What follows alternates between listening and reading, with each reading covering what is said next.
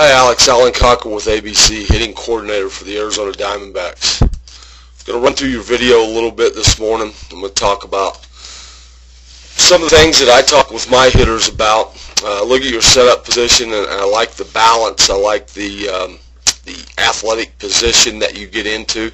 Be careful when you load. You know, we hear the load get back, but really what we want to do is we want to get into the backside. We don't want to get all of our weight on top of our leg. That does one of two things. It causes to either push up and forward, or it causes us to spin. And I look at the length of your stride, and it just really causes you to kind of push forward. So we don't want to do that. The more forward we go, the less extension we get with the barrel of our bat through contact or past contact. So be careful with that. Great setup position. Now I'll slow it down. I'll draw some lines. I'll talk about the load. Okay, now as we go forward and see how you load, everything gets loaded up on that back leg.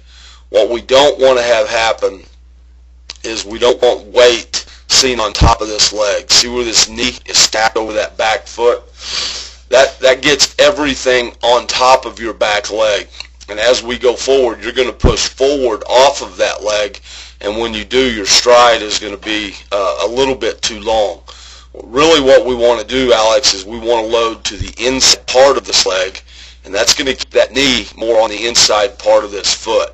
And again, that's just a better balanced athletic position that allows us to transfer weight instead of push our weight off the back leg. Okay, so we'll go forward, but you know what? When the foot gets down, let's just talk about that for a second. Here's where your foot starts, and then when the foot gets down, nice little step back load. When the foot gets down, we're way out here, and at this particular point, you know, we're probably striding 1 foot, and you know, for a hitter your age or size, we'd probably want to keep that stride to 6 inches, maybe even less. At this particular time, what we want to see is equal bend in both knees. Okay, we want to see both knees inside the feet. You got that. We want to see hips square. We can see here your hip line is kind of opening up. Shoulders are pretty square. Hands are at a good height. They're definitely separated back over your back foot.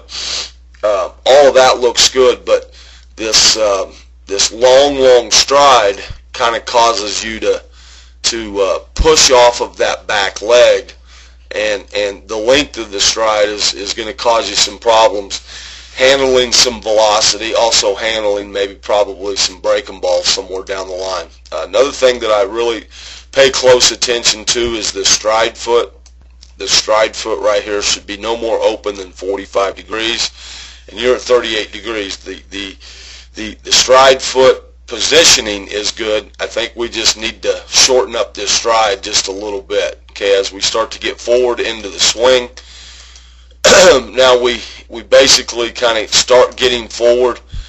Your hands are very active. We get to contact. I see a good palm up, palm down position in your hands right here.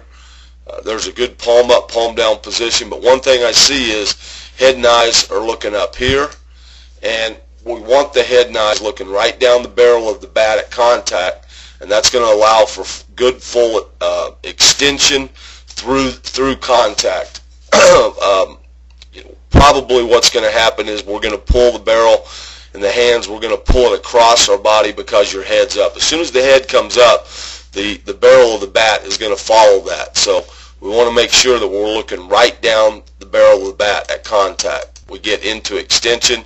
We can see here how your hands, contact is here, and then the hands immediately pull across your body. And what we want is contact right here. We want contact, and then we want extension. We want the barrel of that bat to be facing here, and that's going to keep our extension and our finish nice and full, just like this. Okay, we'll just kind of pull the bat across our body. So biggest thing for me is really it's two things, and both of those things are in your load.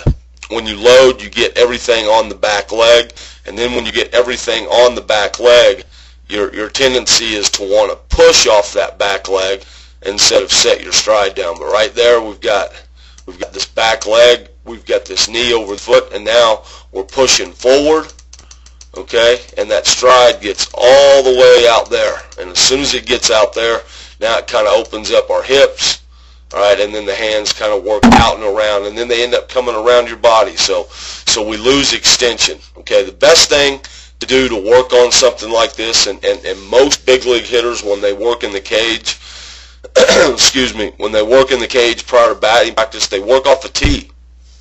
And the reason they work off the tee is they can set the tee in the exact location that they want it, and make sure that the body's in a proper position to hit each particular location. So what we'll do is we'll set a tee somewhere out here on the outer third, okay? And we're gonna get that stride from here. We're going to shorten that stride to about right there, as opposed to getting it out here where you are. See that? We're just going to cut that stride in half. We're going to make it about a 6-inch stride, okay? And in that load, we're going to make sure when we go back that this knee right here stays inside this foot, okay? The weight gets inside of here. So at this particular point, if your stride foot would set down right here, you would be in an ideal position to hit this pitch out here on the outer third. All right, you would also be in a good position to hit the pitch middle right here. You'd also be in a good position to hit the pitch in right here. So you're giving yourself a chance to cover all three locations. But we're going to set it away because it's the toughest ball to stay on. And anytime we push forward and start to open those hips, it's virtually impossible to stay on that pitch away, or again, any type of off-speed pitch. So let's get that foot down. Now at this particular time, as we start to go forward in the swing, the foot sets down, and now we can get the hands going in the direction that we want them to go, as opposed to kind of bringing those hands across our body. We want to get right here. We want to get to contact. At this point, here's contact. And then we want barrel extension this way. So working in a cage, this is going to be a ball that you're going to drive through the right side of the diamond, or the right side of the cage. If the stride gets too long, usually what will happen on this pitch is we'll pop it up in the cage. If the hands cast out and around, we may top this ball to the left side of the cage. But if we set that foot down more right into this area right here, shorten up that stride by at least 6 inches, we're going to put ourselves in a better position to hit through this ball and hit line drives and be able to cover the entire plate and use the entire field as a hitter. Okay, Alex, this is going to be a good drill for you, bud, and I'm quite confident it will help you be a better hitter. Okay, so thanks for coming to our camp, and best of luck.